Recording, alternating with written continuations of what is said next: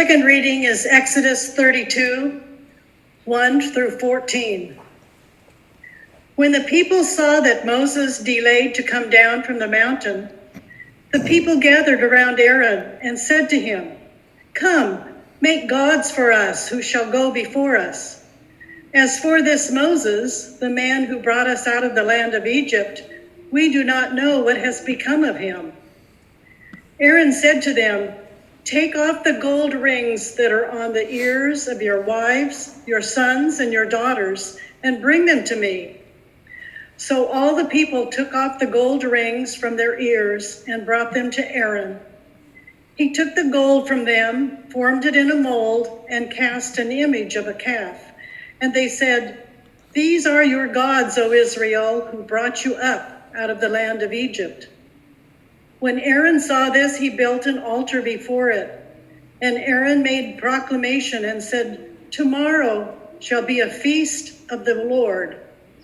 They rose early the next day and offered burnt offerings and brought sacrifices of well-being. And the people sat down and ate and drank and rose to revel.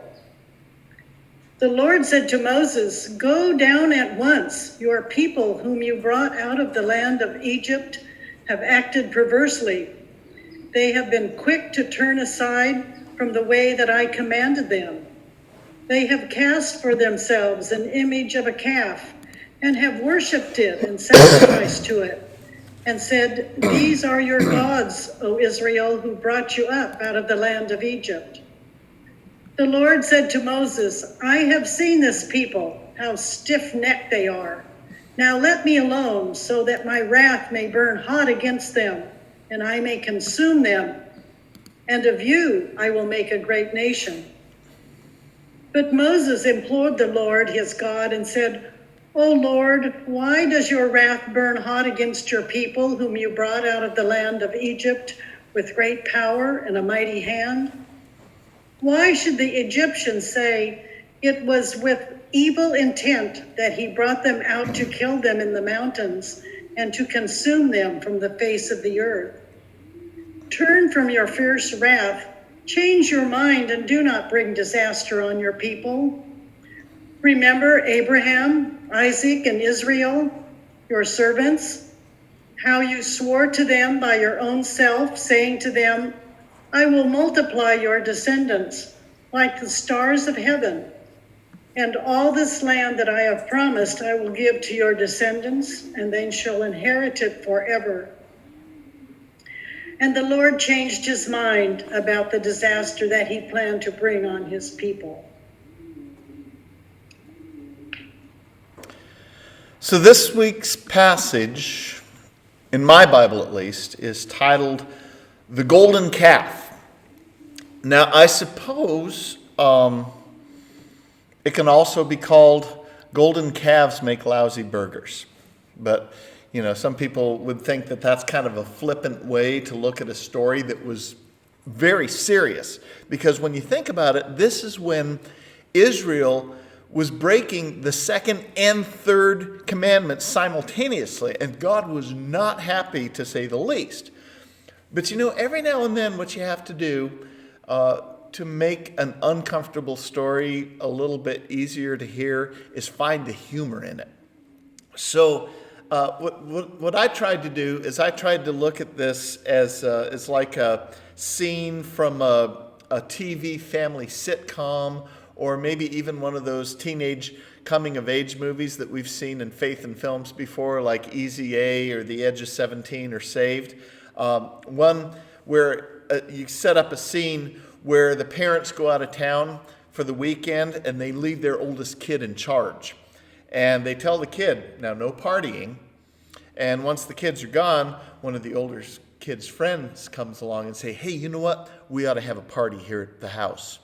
And instead of the oldest one saying, "Absolutely not, because we're going to get in trouble," the oldest one says, "Okay, but we've got to keep it small. We can't let it get out of hand."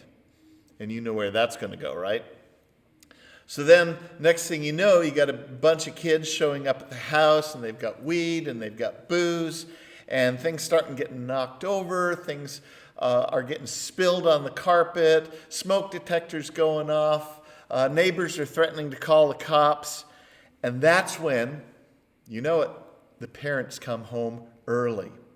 And they walk right in as the party is getting at the peak of its craziness. And needless to say, the parents are furious. And so they decide to kill everyone at the party and start over with new kids. Now, I know how twisted that sounds. That sounds awful because somehow we went from a teenage coming-of-age movie to a horror revenge flick. But again, sometimes you got to deal with the absurdity of a situation before you consider the implications of the gravity of the consequences. So in the case of this story, the amusing part is why this incident even happened in the first place. What started this whole debacle? Well, what happened is Moses went up to the mountain to talk to God. But the people got impatient with him because they felt like he was taking too much time up there on the mountain. He was up there for 40 days and 40 nights, for crying out loud. So they're thinking, is he ever coming down? Did he forget about us? And so then the people decided to celebrate by melting down all of the remaining gold that was supposed to be used to make the Ark of the Covenant and the tabernacle, and they decided to make a golden calf instead. And, you know, it's easy for us to roll our eyes and say, oh my word, don't these people know any better? What is wrong with them? Easy for us to do that. But how many times do we find ourselves in the same situation with the rest of the world looking at us saying, what is wrong with these people? You know, don't they know any better? Well, let's face it, sometimes we really don't know better. Sometimes some of the most foolish situations we get into seem to make perfect sense at the time. And even when we come to the realization of what we have done is foolish, we double down and we dig our heels in even deeper. Why? To save face. So, what I'm not going to do this morning is paint a picture of the Israelites as a bunch of clueless chumps who don't know any better, okay? That's not going to help them any for sure, and it's not going to help us either. So, in fact, I want to give them the benefit of the doubt. All right? I want to make a case for at least good intentions, okay?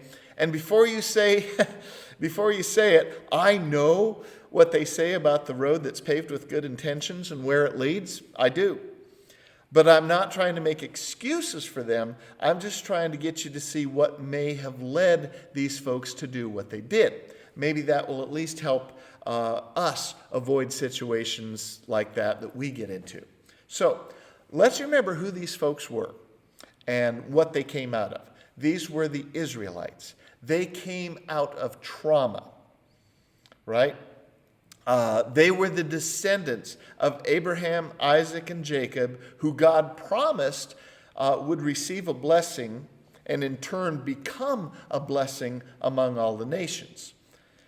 But along the way, they were invited to Egypt to escape a famine in Canaan, but eventually wound up as slaves in Egypt for generations.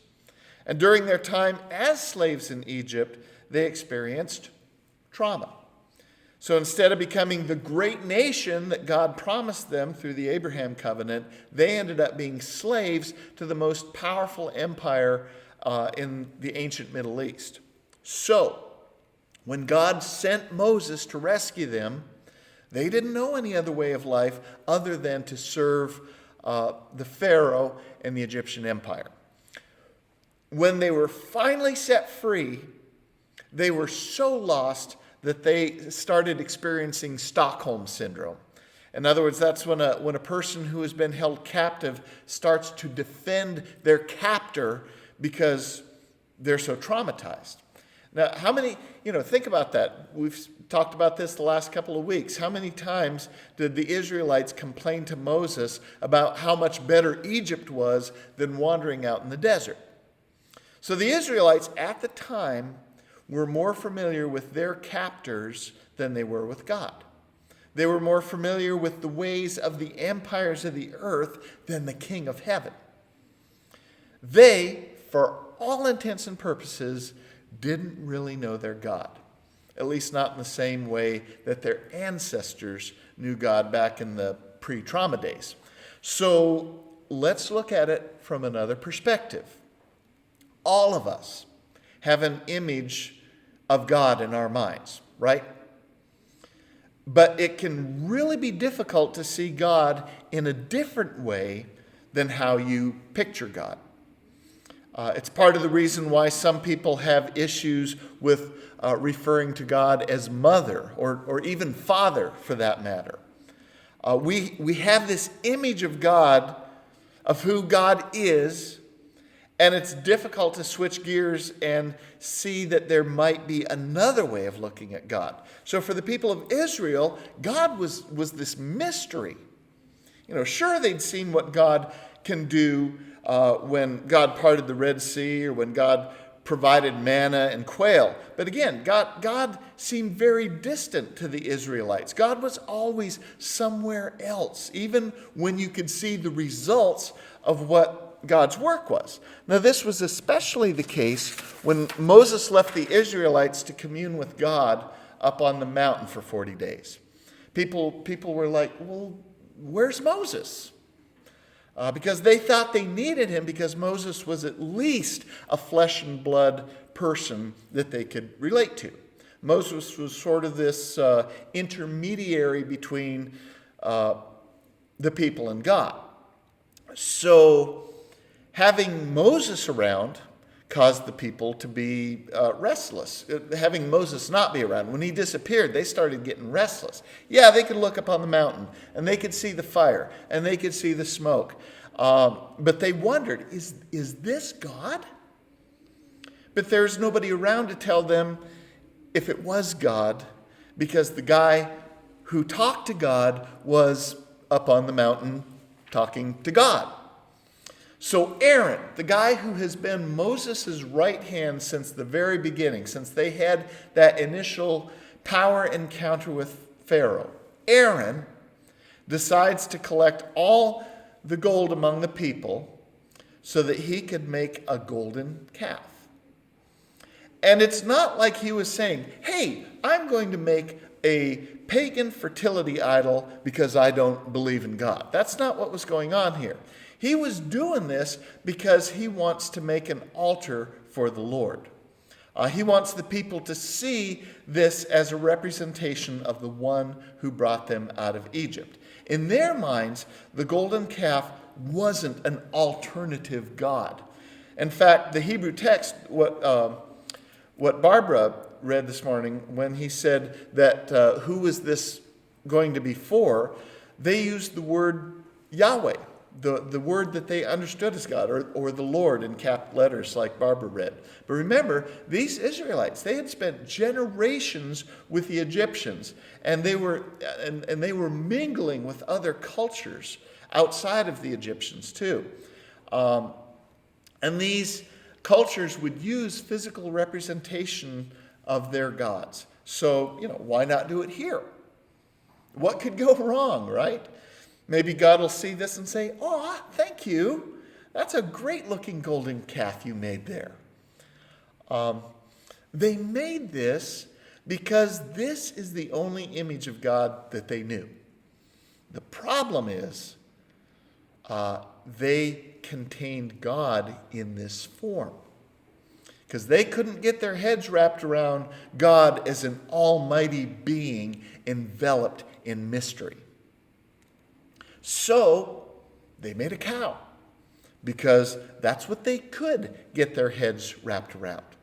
That's what's wrong here. It's not that they worshiped an idol so much as it was that they fell in love with a false version of God. They wanted a God that would live among them. And they felt that this golden calf was the way that God could be with them. So, do you still want to shake your heads and say, what's wrong with these people? Don't they know any better? Because after all, maybe because it's hard to imagine somebody not understanding the words, you shall not make for yourself an idol, whether in the form of anything that is in heaven above, or that is on earth below, or that is in the water under the earth. But remember, we are quite guilty of making decisions that cause other people to look at us and say, what is wrong with these people?